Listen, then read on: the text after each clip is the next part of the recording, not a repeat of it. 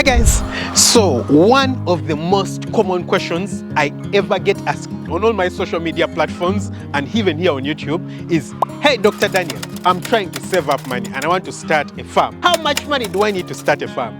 Now, I always find this question quite crazy because I feel like it is so subjective, very, very subjective. It is like someone who loves to travel, waking up one random day and asking someone else, hey, I love traveling, I want to travel. How much does it cost to travel? I mean, it's such a crazy question. I mean, how do you give someone a figure? It depends. Do you want to travel internationally or locally? Maybe you want to travel internationally. Do you want to travel to a really far away country or nearby? Do you want to travel alone or with family? Do you want to travel by plane or by rail or by road? If you're using a plane, do you want to travel business class or economy? You know, there's a lot of things. How long are you going to spend on the road? So you need a lot of context to answer such a question. Same exact thing when it does come to a farm and starting a farm and running a farm, yeah? The simple basic answer could be that you can start a farm with any amount of money, yeah? That's the most basic kind of answer that we can get, with any amount of money. Now, any amount of money also varies depending on who you are, how much money you make, what the goal is for you. So you're going to have to put into context quite a number of things, yeah? Quite a number of things before you can answer this question quite well. I've been passing by my feed store, so I'll just show you guys, you know, quite quickly what's going on inside here. So this is our feed store. You can see it right here. Whoa, it's almost empty. So all this has been feed. Yeah, all this was full of feed. Oh my God, it's literally empty. You can see how little limestone we are left with. I probably need to order for more. The guys have been telling me, but well, I've been quite lax. This is the maize brand right here. Then that is the maize. Yeah, will probably take me a week or over a week right here. We also have quite some maize that has poured right here, you know, on the pallets and down on the floor. So quite some maize. That's also some maize. And this is the mixed feed. Yeah, so as you can see, the guys mix the feed using shovels that you can see. Hopefully very soon we'll have a mixer, you know, step by step, one thing at a go. We didn't start right where we were, yeah? You can see this is a feed store that I built, I don't know, was it earlier this year or sometime last year? I think sometime last year. And at the beginning when we started, we didn't have any of this stuff. But right now we've gotten to this point, you know, slowly by slowly. This is our weighing scale. It's a beautiful automatic weighing scale. It's actually, I think, been really good quality because it's worked for quite some time. I'm surprised it has worked for this long, yeah? And here we place, you know, empty bags, and ideally it is some form of store, as you can see. So it's quite big. It measures what? 8 meters in width by 14 meters in length.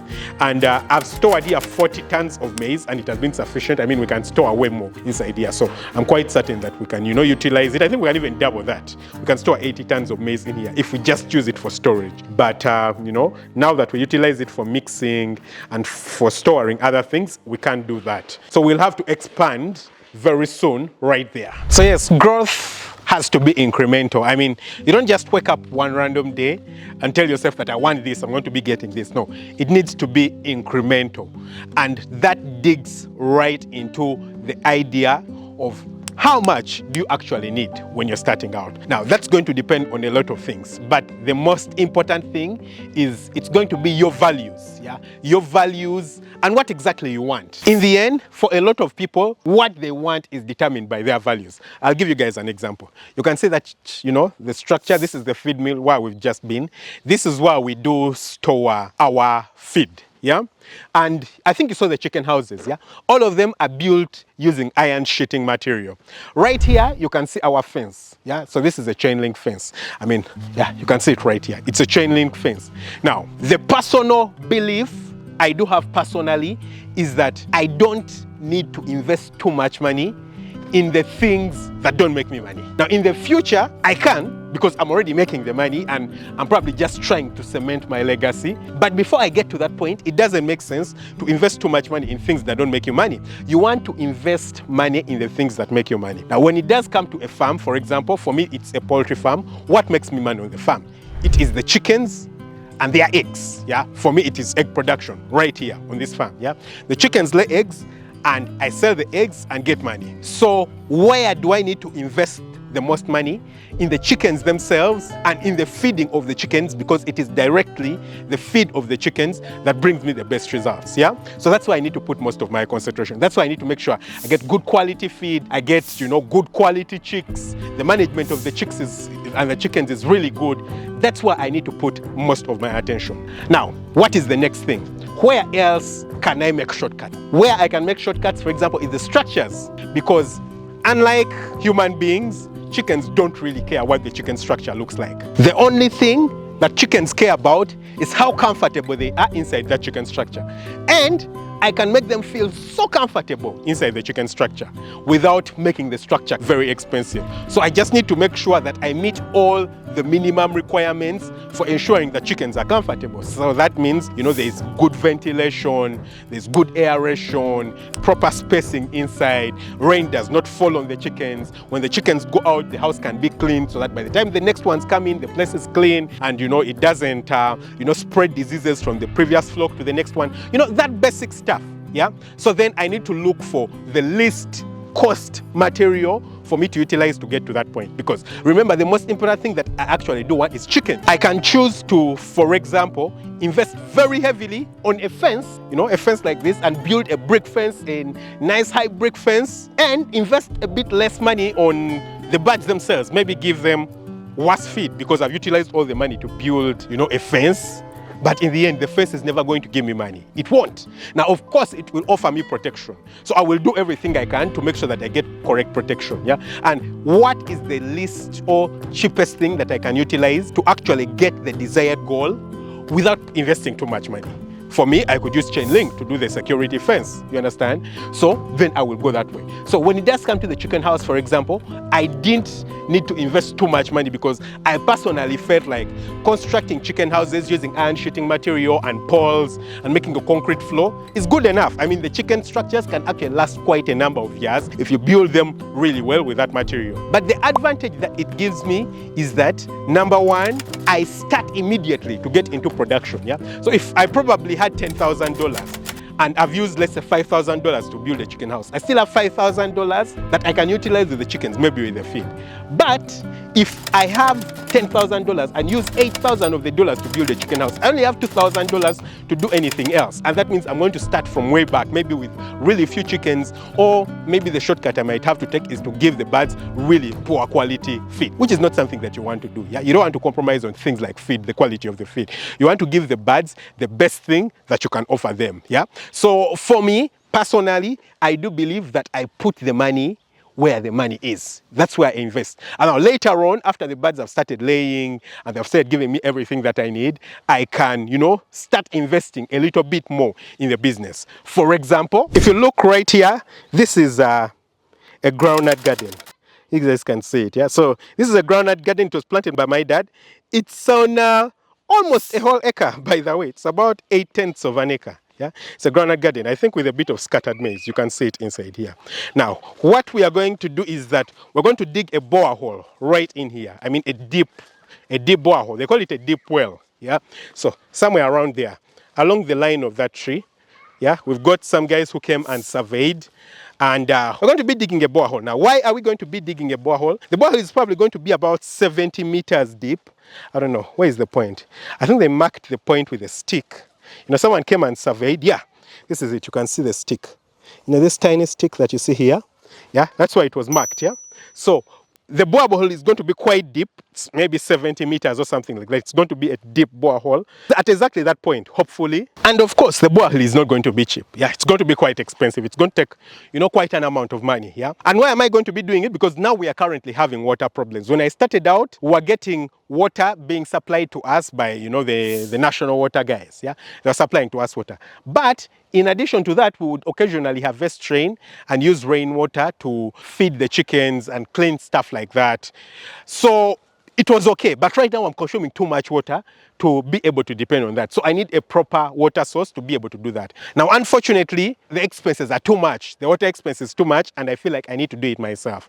And right now, I do have the money to actually invest to construct a borehole. Now, if I was starting out and I told myself that, hey, I actually need to start a poultry farm, we'll need water at some point, let me invest, I don't know, $5,000 in a borehole. that would be really crazy. I mean, what else can I invest 5,000 US dollars into? Things that are going to give me money directly. Now, of course, the water is very essential and fundamental to the existence of the farm, but I don't need that much water starting out, number one. Of course, I'm future-proofing myself, but I'm future-proofing myself against something that I'm not certain will happen, yeah? If I'm investing so much money into a borehole, but I'm not sure whether I'm actually able to handle and run a poultry farm because I'm just starting out, then I'm wasting or investing too much money into something that might not work. Now, of course, if you're going to be starting out with a very huge scale farm with so many birds, your context might be different. For you, a borehole might be a huge essential. For me, when I was starting out, it was 800 birds. Why the hell would I need a borehole with just 800 birds? You understand? So, of course, you need to put into context where you are. Can you actually access water?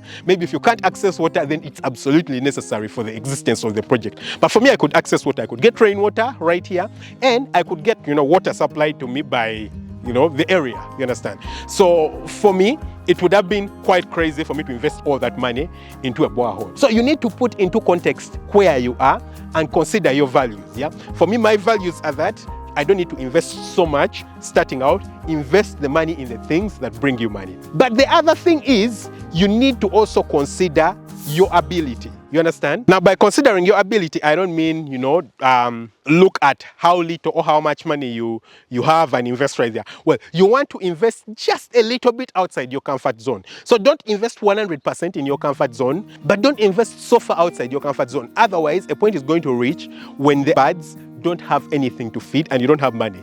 I mean, you have to sell the birds in order to be able to, survive, to make sure you don't lose everything. Otherwise, if chickens are continuing and they are living without food, then you're going to be in trouble. I've seen a lot of people who start farms, they invest in farms, and then they reach a point and they just don't even have money to feed the birds, yeah? So you need to look at your capacity. What are you actually able to do?